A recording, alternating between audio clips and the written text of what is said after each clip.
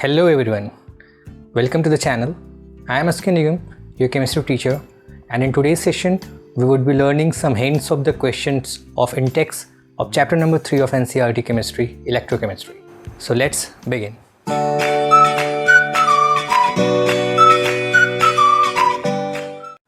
So NCERT in-text question number 1. How would you determine the standard electrode potential of the system Mg2 plus to Mg? So question आपको ऊपर दिखाई पड़ रहा है. Question पूछा गया है कि एक इलेक्ट्रोड है Mg2 plus two Mg2 plus से Mg एक इलेक्ट्रोड है, उसका इलेक्ट्रोड पोटेंशियल आप कैसे निकालेंगे. तो मैं आई सेक्शन में एक लिंक दे दूँगा जिसमें मैंने आपको SHE के बारे में पढ़ाया था, स्टैंडर्ड हाइड्रोजन इलेक्ट्रोड के बारे में पढ़ाया था, और वहाँ पे ये डिस्कस किया था कि किसी भी इलेक्ट्रोड का पोटेंशियल निकालने के लिए आपको एक स्टैंडर्ड इलेक्ट्रोड की ज़रूरत पड़ती है जो कि स्टैंडर्ड हाइड्रोजन इलेक्ट्रोड है, जिसका पोटेंशियल आपको 0.0 वोल्ट पहले से पता होता है. ओके, तो हम क्या करेंगे, इस इलेक्ट्रोड को SHE means standard hydrogen electrode के साथ कनेक्ट करेंगे, और कनेक्ट करने के बाद अब जो सेल का पोटेंशियल आएगा वो हमारा हो जाएगा इस इलेक्ट्रोड का पोटेंशियल, बिकॉज SHE का पोटेंशियल 0.0 वोल्ट होता है. ओके, तो जैसे फॉर एग्जांपल, और एक और बात होती है कि जैसे मान लो किसी का आप ई सेल निकालना चाहते हो तो E cell is equal to होता है E cathode minus E anode. ये इसका फॉर्मूला ये भी आपको डिस्कस कर चुके हैं हम थ्योरी के सेक्शन में. तो ई कैथोड माइनस ई एनोड. अगर आपने स्टैंडर्ड हाइड्रोजन इलेक्ट्रोड को एनोड बना रखा है तो हमेशा जो ई सेल की वैल्यू आएगी वो किसकी होगी, इस पर्टिकुलर इलेक्ट्रोड की होगी जिसका आप मेजरमेंट करना चाहते हैं. तो आपको करना क्या है, कैथोड आप इसको बना लीजिए मैग्नीशियम इलेक्ट्रोड को, और स्टैंडर्ड हाइड्रोजन इलेक्ट्रोड को आप एनोड बना लीजिए. यानी कि आपका जो सेल होगा वो हो जाएगा PT then H2 to H+ 1 मोलर, देन ब्रिज लगाएंगे, और ब्रिज लगाने के बाद आपको इस इलेक्ट्रोड को कैथोड बना देना है. ठीक है, जब ये इस सेल को आप बना लेंगे, सेल बनाने का मतलब है इसे इस तरीके से 2 इलेक्ट्रोड, ये सॉल्ट ब्रिज है ना, क्योंकि एनोड आपने बनाया है SHE को, तो यहाँ से एक वायर जाएगा, यहाँ प्लेटिनम वायर होगा, ये SHE होगा, इसके अंदर 1 मोलर की HCl या कोई भी एसिड होगी, इसके अंदर MgSO4 होगा 1 मोलर का. तो ओके, ये भी 1 मोलर होगा, 1 मोलर का MgSO4 सोल्यूशन होगा. ये मैग्नीशियम की रॉड हो जाएगी. फिर इसको आपने किसी एक वोल्टमीटर के थ्रू कनेक्ट किया, तो यहाँ पे जो रीडिंग आएगी ये रीडिंग आप ई सेल की रीडिंग होगी. Okay, E cell is equal to E cathode minus E anode. तो ई एनोड क्या है, स्टैंडर्ड हाइड्रोजन इलेक्ट्रोड जिसकी वैल्यू आपको 0.0 वोल्ट ऑलरेडी पहले से पता है. ठीक है, और जो ई कैथोड है वो हमारा मैग्नीशियम कैथोड है. तो इस तरीके से ई सेल की वैल्यू जो आ रही होगी, मतलब जो यहाँ पे जो रीडिंग आपको मिलेगी वो रीडिंग इस मैग्नीशियम इलेक्ट्रोड की हो जाएगी. तो इसी तरीके से आप किसी भी इलेक्ट्रोड का पोटेंशियल कैलकुलेट कर सकते हो, चाहे वो जिंक हो, चाहे वो कॉपर, चाहे कोई भी हो. ये हम इससे पहले भी डिस्कस कर चुके हैं. ओके, SHE का जहाँ हमने नर्स्ट इक्वेशन की वीडियो बनाई थी उसी में ये डिस्कशन मैंने वहाँ पे किया था. ओके, इस तरीके से इसका कैलकुलेशन किया जा सकता है. नाउ नेक्स्ट है second and next question. Second question में question number 2. In question number 2, can you store copper sulphate solution in a zinc pot? तो ऑब्वियसली नॉट, बिकॉज आपको जब आपके पास एक स्टैंडर्ड हाइड्रोजन इलेक्ट्रोड की एक टेबल है NCERT में, और इस टेबल में हमको ये बताया गया है कि किस इलेक्ट्रोड का पोटेंशियल किसका ज़्यादा होगा और किसका कम होगा. जैसे आप देखिए, ये एक टेबल आपकी बुक में दी हुई है. ठीक है, तो इस टेबल में ये क्लियरली मेंशन है कि किस इलेक्ट्रोड की पोटेंशियल कितनी होगी. ठीक है, जैसे कहा गया कॉपर, तो कॉपर की वैल्यू आप देख सकते हैं, कॉपर की वैल्यू है 0.34. ओके, एंड जिंक की वैल्यू आपको यहाँ पे दिख रही है माइनस में 0.76. ओके, तो इस तरीके से दोनों वैल्यूज़ मिल जाएंगी. तो इन दोनों वैल्यूज़ के हिसाब से आप एक गेस करेंगे, और एक गेस आपका क्या होगा कि यहाँ पर कि जिसकी इलेक्ट्रोड पोटेंशियल की वैल्यू ज़्यादा होती है वो रिड्यूस होता है, और जिसके इलेक्ट्रोड पोटेंशियल की वैल्यू कम होती है वो ऑक्सीडाइज होता है. तो कॉपर को हम you can not store copper sulphate in a zinc pot because zinc is more reactive than copper. Therefore वो क्या करेगा, कॉपर को डिस्प्लेस कर देगा और अपना जिंक सल्फेट का सोल्यूशन बना लेगा और डिज़ोल्व हो जाएगा. यानी कहने का मतलब वैसल धीमे धीमे डिज़ोल्व हो जाएगा. इसलिए हम जिंक के कंटेनर में, जिंक के पॉट में कॉपर सल्फेट को डिज़ोल्व नहीं कर सकते. Okay, now third question. Consider the table of the standard electrode potential and suggest three substances which can oxidize ferrous iron under stable condition. तो ferrous ion की बात कर रहा है कि फेरस आयन को ऑक्सीडाइज करना है. फेरस आयन मतलब Fe2+. को फर्दर ऑक्सीडाइज करना है, मतलब वो फेरिक बनेगा. ये रिएक्शन हो जाएगी. तो इस रिएक्शन के हिसाब से हम फिर से उसी टेबल पे जाएंगे जो स्टैंडर्ड हाइड्रोजन इलेक्ट्रोड की पोटेंशियल की टेबल है, क्योंकि ये ऑक्सीडेशन पोटेंशियल है, पर वो टेबल किसकी, रिडक्शन पोटेंशियल की. यानी कि वहाँ पर आपको इस तरीके से वैल्यू देखनी होगी. Fe3+ से Fe2+, मतलब इसको आप रिवर्स करेंगे. तो Fe3+ से Fe2+ की जो E0 वैल्यू है, मीन्स Fe3+ से Fe2+, ये वैल्यू आपको 0.77 वोल्ट आपके NCERT में मिल रही है. यानी कि ये इसका रिडक्शन पोटेंशियल है. और उस टेबल को मैंने जब पढ़ाया था तो मैंने एक चीज़ बताई थी कि उसमें से आप ऑक्सीडाइजिंग एजेंट और रिड्यूसिंग एजेंट का पता लगा सकते हो. और इसमें एक छोटी सी बात मैंने कही थी कि अगर आपसे कभी ये पूछा जाए 2-4 इलेक्ट्रोड लिख के कि इसमें से बताइए कौन किसको डिस्प्लेस करेगा या कौन ऑक्सीडाइज होगा, कौन रिड्यूस होगा, तो मैंने सिंपली बोला था कि जिसका इलेक्ट्रोड पोटेंशियल ज़्यादा होगा वो रिड्यूस होगा, यानी वो दूसरे को ऑक्सीडाइज करेगा. मींस अगर इसका रिडक्शन पोटेंशियल 0.77 वोल्ट है तो इस पोटेंशियल से ज़्यादा जिस भी इलेक्ट्रोड का पोटेंशियल होगा वो सब इसको ऑक्सीडाइज करेंगे. ओके, मतलब 0.77 वोल्ट से जितना भी ज़्यादा रखने वाले वैल्यू रखने वाले इलेक्ट्रोड्स होंगे. जैसे इस बुक में अगर आप देखिए 0.77 वैल्यू दी है Fe2+, Fe3+, Fe2+ की, तो इसके ऊपर जितने भी हैं ये सब इस आयरन को, इस फेरिक को फेरस में मतलब फेरस को फेरिक में कन्वर्ट करने में कैपेबल होंगे, बिकॉज इसकी वैल्यू कम हो जाएगी. ओके, इसके बाद बहुत सारे हैं, चाहे आप Ag+ से Ag की बात कर लो, चाहे Hg2+ से Hg की बात कर लो, नाइट्रेट से नाइट्रिक ऑक्साइड, है ना, बहुत सारे हैं. बट बेसिकली हम आंसर्स क्या लिखते हैं, जैसे acidified potassium dichromate, alkaline potassium परमैग्नेट, इस तरीके से इसके आंसर हो जाते हैं, या एसिडिफाइड H2O2 लाइक दिस. तो जिसकी भी वैल्यू, जैसे भी इलेक्ट्रोड पोटेंशियल की वैल्यू 0.77 वोल्ट से ज़्यादा होगी वो सब इसको ऑक्सीडाइज कर सकते हैं, फेरिक को फेरस में कन्वर्ट, फेरस को फेरिक में कन्वर्ट कर सकते हैं. क्लियर. अब फोर्थ क्वेश्चन में आएंगे. फोर्थ क्वेश्चन कह रहा है calculate the potential of hydrogen electrode in contact with a solution whose pH is 10. तो आपको pH की वैल्यू दे दी गई है. फोर्थ क्वेश्चन हम डिस्कस कर रहे हैं. pH की वैल्यू आपको दी गई है 10. ठीक है. अब ये pH होता क्या है. pH आप पहले से जानते हो, pH is negative log of H+ ion, ये दिया हुआ है. तो अगर हमने इसको log H+ आयन लिखा तो ये क्या हो जाएगा, -10 हो जाएगा. और मैंने आपको एक वीडियो इसका लिंक मैं दे दूंगा कि एक वीडियो बताया था, उसमें ये बताया था कि अगर लॉग और एंटी लॉग कैसे लेते हैं. तो यहाँ पर बेस क्या होगा अभी 10, तो base to the power this is equal to this, ये मैंने एक्सप्लेनेशन दिया था वहाँ पे. तो 10 base to the power -10 and this is equal to H+ ion, यानी कि आपको H+ आयन की कंसनट्रेशन यहाँ पे मिल जा रही है. वो कितनी है, 10⁻⁻10. क्लियर. तो 10⁻⁻10 is the concentration of H+ ion. अब आपको सीधे क्या करना था, क्वेश्चन में पूछा गया था पोटेंशियल ऑफ हाइड्रोजन इलेक्ट्रोड. आपको हाइड्रोजन इलेक्ट्रोड का पोटेंशियल निकालना है, यानी कि नर्स्ट इक्वेशन का हम इस्तेमाल करेंगे. E is equal to E0, मतलब E सेल निकालना है. E is equal to E0 minus 0.059/1 because H+ से H2 में कन्वर्जन, यानी एक इलेक्ट्रॉन का transfer, and log 1/H+ ion. क्योंकि आज आप इसकी आप इक्वेशन फ्रेम करोगे तो आपको पता है कि H+ plus electron gives out 1/2 H2 की इक्वेशन होती है. ओके, तो इस तरीके से यहाँ से तो प्रोडक्ट की जगह 1 रखते हैं upon H+ ion concentration. Clear. Then ये क्या हो जाएगा आपको 0.0 वोल्ट, बिकॉज ये स्टैंडर्ड इलेक्ट्रोड पोटेंशियल हाइड्रोजन का 0.0 वोल्ट, 0.059/1 लॉग 1/10⁻⁻10. तो 10⁻⁻10 को ऊपर लेके जाएंगे तो 10⁻+1 हो जाएगा, +10 हो जाएगा, 10⁻10. क्लियर. अब आप इसमें ये भी मैंने बताया था उसमें कि किसी की पावर अगर log m⁻n है तो वो n log m हो जाता है, यानी कि -0.059 × 10 log 10, और log 10 की वैल्यू 1 होती है, यानी कि इसको आप इससे मल्टीप्लाई करोगे तो आंसर हो जाएगा आपका 0.59 वोल्ट. तो ये इसका आंसर हो जाएगा. बहुत सिंपल क्वेश्चन है, थोड़ा सा लॉजिक है और ज़्यादा कुछ नहीं है. तो ये तो हो गया फोर्थ क्वेश्चन.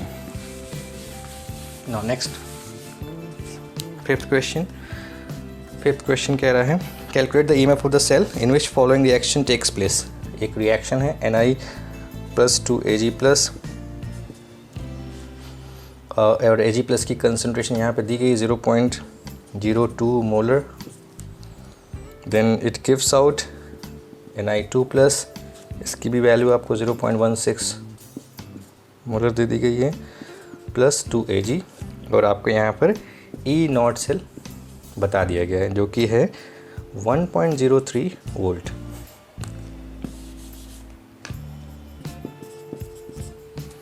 क्लियर? तो अब पूछा क्या गया है, इसमें पूछा गया है आपसे EMF ऑफ द सेल, इसका सेल का EMF निकालना है। तो ई सेल का फॉर्मूला लगाएंगे, E0 सेल, वही नस्ट इक्वेशन, ये भी, इसका भी लिंक आपको मिल जाएगा इसमें, -0.059/n log anode upon cathode, ये हमने फॉर्मूला पढ़ा था उसका, नस्ट इक्वेशन। ओके, तो इस सेल को आप देख के जान सकते हो कि इसमें कौन सा एनोड है, कौन सा, इस रिएक्शन की हेल्प से आपको ये पता चल सकता है कौन सा एनोड है, कौन सा कैथोड है, क्योंकि जिसका ऑक्सीडेशन होता है ये एनोड होता है, जिसका रिडक्शन होता है ये कैथोड होता है। ओके, या अगर आपको इक्वेशन मिली है तो भी आप ये पता लगा सकते हो, ये एक्चुअली प्रोडक्ट अपॉन रिएक्टेंट का ही रिलेशन होता है।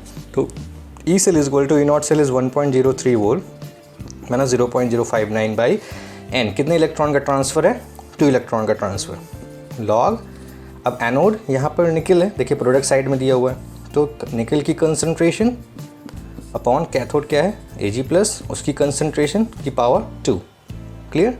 पावर 2 क्यों? बिकॉज यहाँ पे कोफिशिएंट 2 लिखा हुआ है, या आप चार्ज को बैलेंस करना सीखना होगा आपको कि अगर यहाँ पे +2 है और यहाँ पे +1 है Ag पे, तो वो दोनों की पावर, दोनों की पर चार्ज कब बराबर होगा? जब Ag की पावर आप +2 कर दोगे। बस कुछ नहीं करना है, Ni2+ की कंसंट्रेशन आप इसको यहाँ रखेंगे, Ag+ की वैल्यू यहाँ रखेंगे और उसको सॉल्व कर देंगे। लॉग सॉल्व करने में दिक्कत होगी, मेरी एक वीडियो है उस लॉग और एंटी लॉग लेने के लिए, उसको आप देख लीजिएगा। तो इस तरीके से सारी वैल्यूज़ पुट करना है और आंसर आपको निकाल लेना है। आई होप समझ में आ गया होगा। Ni2+ की जगह पे 0.160 रखेंगे, Ag+ की जगह पे 0.002 रखेंगे, जिसको आप 10 टू द पावर में कन्वर्ट करोगे तो 2 × 10 टू द पावर, डेसिमल को आपने 1 2 3 प्लेस शिफ्ट किया तो -3 हो जाएगा। इस तरीके से इसको सॉल्व करेंगे। क्लियर? नहीं समझ में आएगा तो कमेंट सेक्शन में पूछेंगे।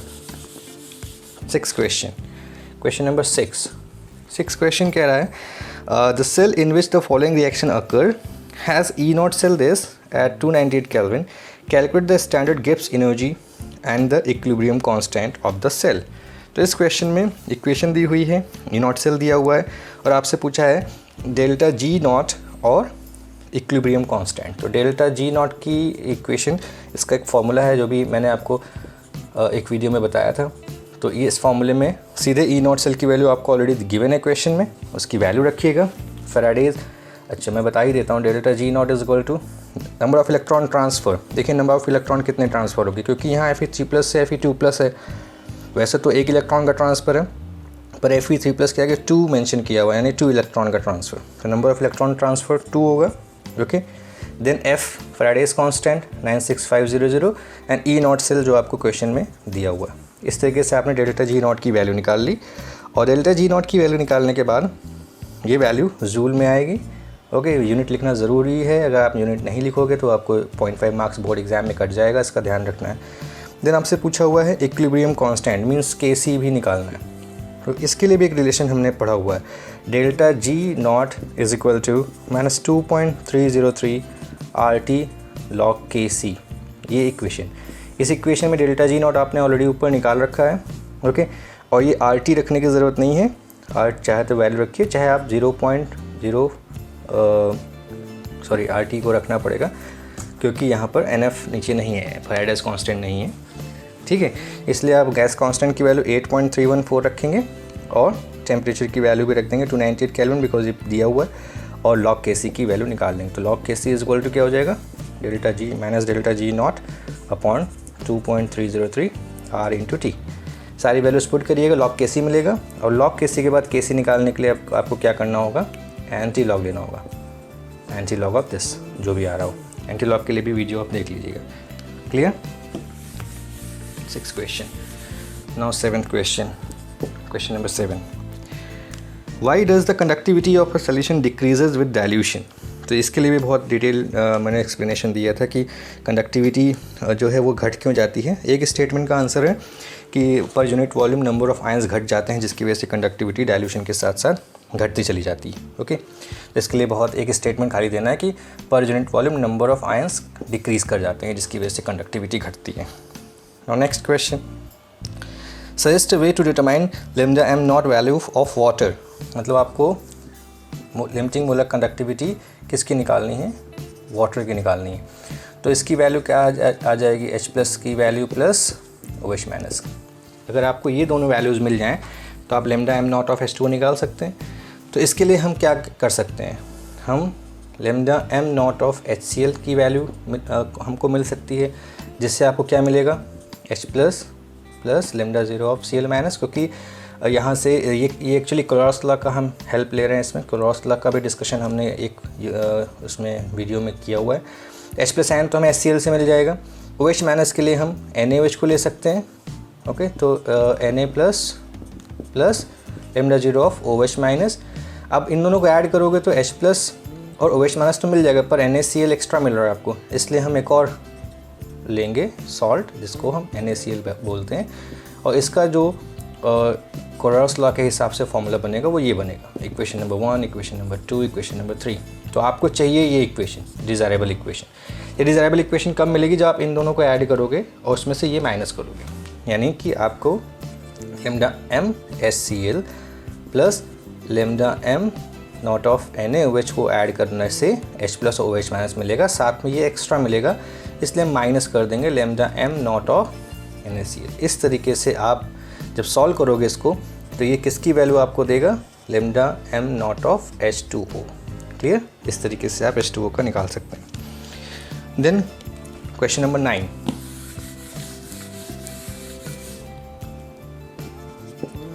Question number 9. The molar conductivity of 0.025 mole per liter methanoic acid is 46.1 Simon centimeter square per mole. Calculates its degree of dissociation and dissociation constant given lambda 0 of H plus and lambda 0 of HCOO minus. तो आप सबसे पहली चीज़ तो कि methanoic acid का आप lambda M not निकाल लीजिए, HCOOH, lambda 0 of H plus plus lambda 0 of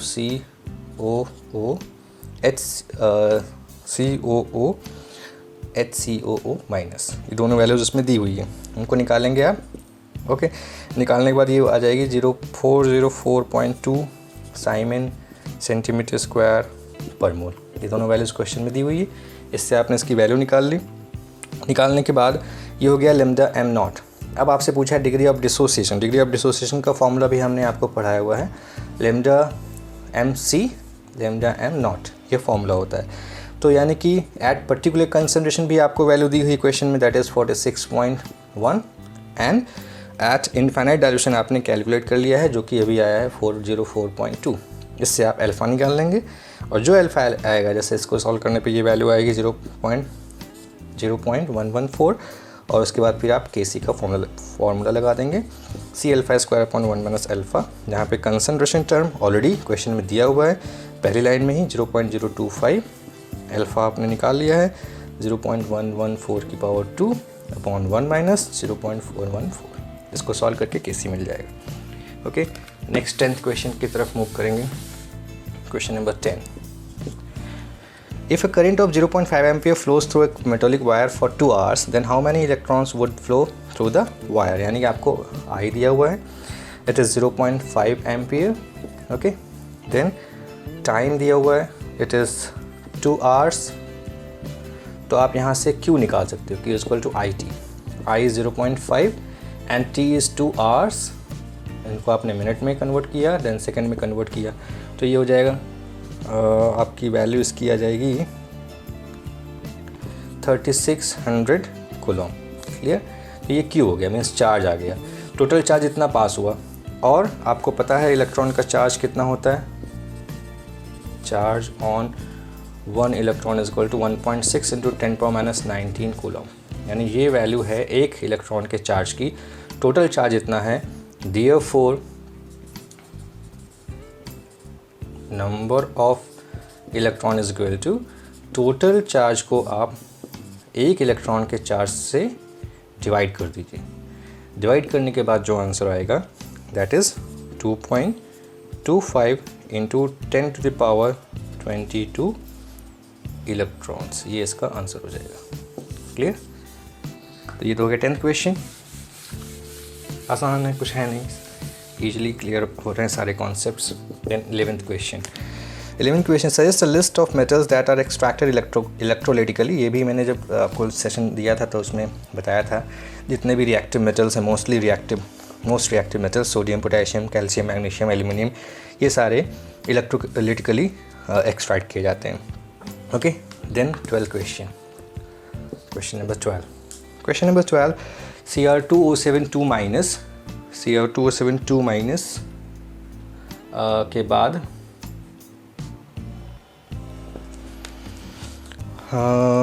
Cr2O72 minus plus 14H plus 6 electron gives out 2Cr3 plus 8H2. This is the equation. What is the quantity of electricity in coulombs needed to reduce 1 mole of Cr2O72 minus? तो it is very clearly written in the equation. Equation में साफ साफ देखिए आप क्या लिखा हुआ है, 6 इलेक्ट्रॉन्स लिखे हुए हैं।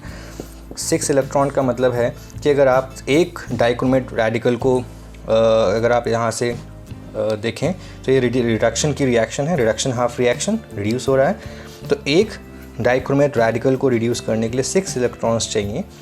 ओके, तो 1 मोल के लिए कितने चाहिए? 6 मोल इलेक्ट्रॉन। ओके, तो 6 मोल इलेक्ट्रॉन पे जो चार्ज होता है उसको हम 6 फैराडे करंट के नाम से भी जानते हैं, या फिर चार्ज को हम 6 × 96500 कूलम से निकालते हैं। जब इसको आप सॉल्व करोगे तो ये वैल्यू हो जाएगी 5.79 × 10⁵ कूलम। क्लियर? तो ये हो गया आपका आंसर। कैसे समझ में आया? 6 इलेक्ट्रॉन इक्वेशन में साफ साफ मेंशन है। 6 इलेक्ट्रॉन का मतलब है कि एक रेडिकल पे 6 इलेक्ट्रॉन, तो एक मोल रेडिकल पे 6 मोल इलेक्ट्रॉन। 6 मोल इलेक्ट्रॉन का मतलब 6 फैराडे करंट, 6 फैराडे करंट का मतलब 6 × 96500 कूलम्स का चार्ज, यानी टोटल इतना चार्ज आ गया। तो ये तो हो गया 12th question. Now question number 13, right the chemistry of recharging of the lead storage battery, highlighting all the materials that are involved during discharging। तो बहुत आसान क्वेश्चन है, ये भी मैंने एक वीडियो बनाया था, उसमें सारी लिंक्स मैं अभी दे दूंगा। उसमें बताया था मैंने आपको कि एनोड पे क्या रिएक्शन हो रही है, कैथोड पे क्या रिएक्शन हो रही है। हालांकि ये सब मेंशन भी होगा आपके NCERT में, आप वहाँ से भी इसको गेट कर सकते हो। फ़िलहाल मैं लिख देता हूँ। एनोड की जो रिएक्शन है, it is Pb solid SO4 2 minus gives out PbSO4 plus 2 electron. Then cathode पे जो रिएक्शन हो रही है ये है PbO2 plus SO4 2 minus plus 4H plus 2 electron gives out PbSO4 plus 2H2। Okay, now this the total net equation is, overall equation क्या हो जाएगी? Pb plus PbO2 plus 2H2SO4 gives out 2 PbSO4 plus 2H2O। तो ये discharging की equation है। Anode की equation, cathode की equation. Anode कौन है? लेड है। कैथोड कौन है? PbO2 है। और ये उसकी नेट रिएक्शन है डिस्चार्जिंग की। अभी आपसे कोई पूछे कि रिचार्जिंग की इक्वेशन क्या होगी, तो ये मैंने उस लेक्चर में भी बताया था, यहाँ ही बता देते हैं आपको। रिचार्जिंग की इक्वेशन जस्ट इसकी रिवर्स है। मीन्स जो लेड सल्फेट डिपॉजिट हो गया है दोनों इलेक्ट्रोड्स पे, वो वहाँ से डिज़ोल्व होगा, वापस से सोल्यूशन में आ जाएगा। ओके, जो इलेक्ट्रोड Pb था वो डिपॉजिट हो जाएगा एनोड पे, और कैथोड पे PbO2 बन के और सल्फ्यूरिक एसिड बन के वो इलेक्ट्रोलाइट बन जाएगा। तो इसको रिवर्स करते ही वो रिचार्जिंग की इक्वेशन हो जाएगी। Now 14th question number 14th, suggest 2 materials other than hydrogen that can be used as a fuel cell. ये आपके NCERT में लिखे हुए हैं। एक तो मीथेन ही हो गया है ना, देन कार्बन मोनोऑक्साइड भी है, देन ईथेन भी है, C2H6। तो ये सारे इसके एग्जाम्पल्स हैं। देन 15th क्वेश्चन में है, explain how rusting of iron is envisaged as setting up of an electrochemical cell. इस पर भी बहुत डिटेल डिस्कशन मैंने कोरोजन हेडिंग में दिया है, उसकी लिंक मैं आपको अभी दे देता हूँ, वहाँ से आप इसको देख लीजिएगा। So this is all about the 15th question, total 15 question of NCERT in text. So I hope आपको समझ में आया होगा तो ज़रूर लाइक करके शेयर करिएगा। नहीं समझ में आया होगा कमेंट करिएगा, पूछिएगा ज़रूर। ओके, और सब्सक्राइब बटन को सब्सक्राइब करने के बाद नोटिफिकेशन बेल को ज़रूर ऑन करिएगा, जिससे कि आपको नई वीडियोस जब मैं डालूँ तो मिल जाए। Okay, thank you, bye bye.